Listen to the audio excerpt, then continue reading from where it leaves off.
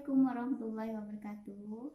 Apa kabar anak-anak ibu sekalian? Semoga kita semua diberi kesehatan dan dilimpahkan rahmat oleh Allah Subhanahu wa taala, dilancarkan segala kegiatan dan semoga kita selalu dalam lindungan oleh Allah Subhanahu wa taala. Nah, sebelum memulai pelajaran, sebaiknya kita berdoa terlebih dahulu. Berdoa dimulai. Berdoa selesai. Hari ini kita akan belajar tentang materi teks deskripsi. Ya, tentang teks deskripsi. Apa itu deskripsi? Sebenarnya teks deskripsi itu tidak begitu susah. Hanya dengan membaca satu atau dua kalimat saja, kita sudah mengerti. Oh, ini teks deskripsi. Asalkan kita bisa memahaminya, baik itu pengertian maupun ciri-cirinya. Teks deskripsi yang perlu digarisbawahi adalah kata deskripsi.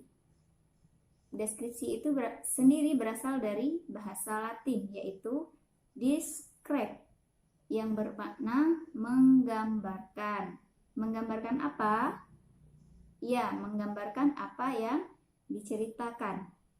Mari kita baca dan perhatikan contoh berikut ini.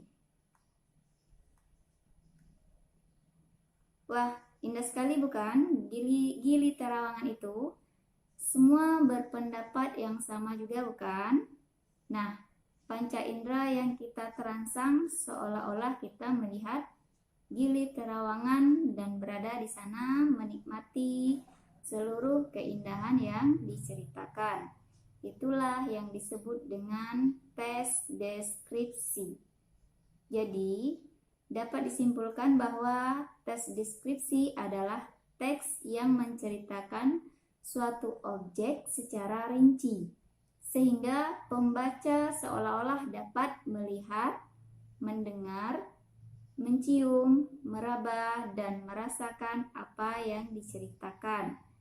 Dan objeknya bisa berupa benda, tempat, peristiwa, hewan, bahkan orang ataupun tokoh sekalipun.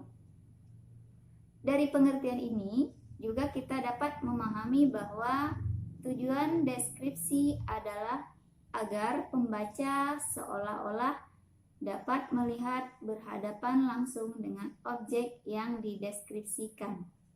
Sampai di sini paham ya? Apa itu pengertian deskripsi? Nah, sebagai teks deskripsi ini juga memiliki ciri-ciri tertentu sebagai pembeda dengan teks-teks yang lain. Secara umum, teks deskripsi ini memiliki beberapa ciri. Yang pertama, yakni menggambarkan objek secara khusus. Kenapa dikatakan khusus? Sebab tujuan teks ini adalah mendeskripsikan objek sejelas-jelasnya. Jika yang dideskripsikan bersifat umum, tentu tidak dijelaskan secara rinci atau sejelas-jelasnya. Misal ketika kita membicarakan atau menyebutkan kata pantai, tentu yang ada di pikiran kita adalah bentuk pantai secara umum.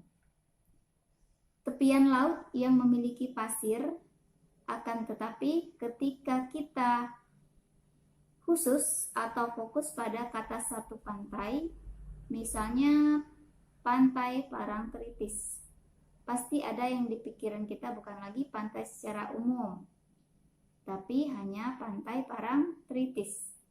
Misal lagi, kita membicarakan rumah, yang ada di pikiran tentu secara umum bangunan tempat tinggal. Akan tetapi kalau kita fokus pada satu rumah, berarti mendeskripsikan satu rumah. Misalnya, rumahku, rumah Kaisa, rumah Naura, dan rumah Atira, dan sebagainya. Tentu yang di pikiran kita hanyalah rumah tersebut, bukan lagi rumah secara umum.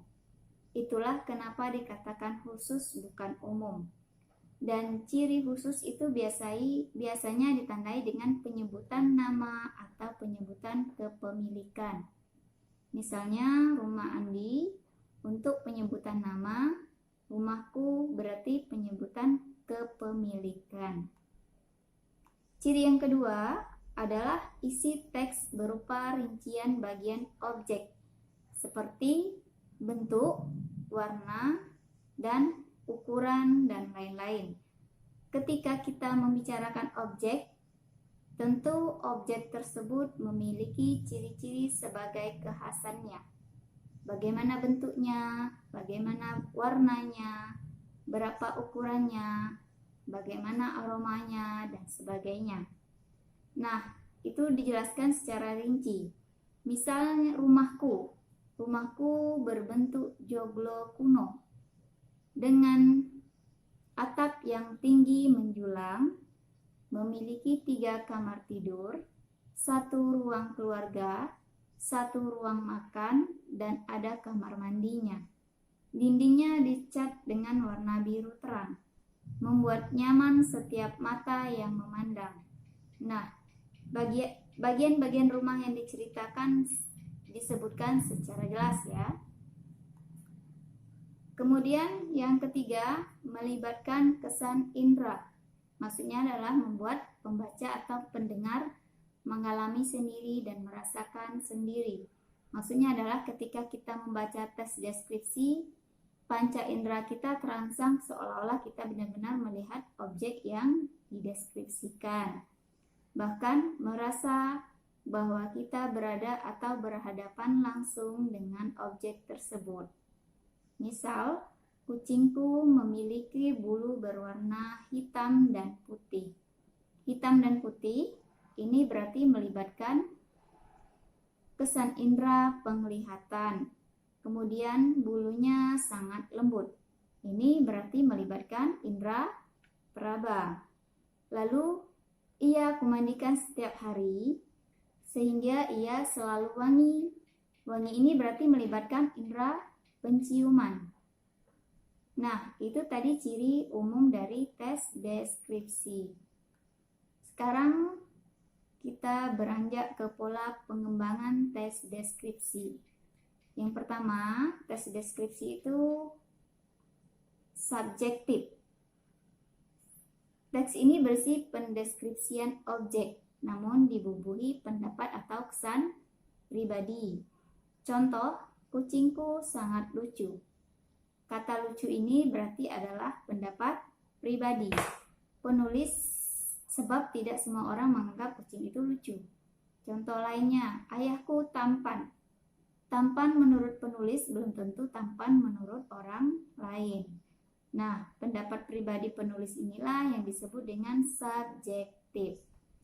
Sehingga tes deskripsi jenis ini dinamakan tes deskripsi subjektif.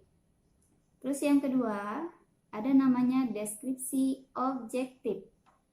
Ini pendeskripsian objek yang sebenar-benarnya, tanpa dibubuhi pendapat atau kesan pribadi penulis. Dan yang terakhir, ketiga, yaitu adalah deskripsi spasial. Objek yang dijelaskan hanya berupa benda, ruang, dan tempat. Baiklah, sampai di sini dulu belajar kita hari ini. Semoga video ini bisa bermanfaat untuk semuanya. Bila ada bagian-bagian yang perlu ditanyakan, bisa hubungi saya chat melalui WA. Cukup sekian, jangan lupa belajar dan perbanyak membaca. Terima kasih. Wassalamualaikum warahmatullahi wabarakatuh. Sampai jumpa.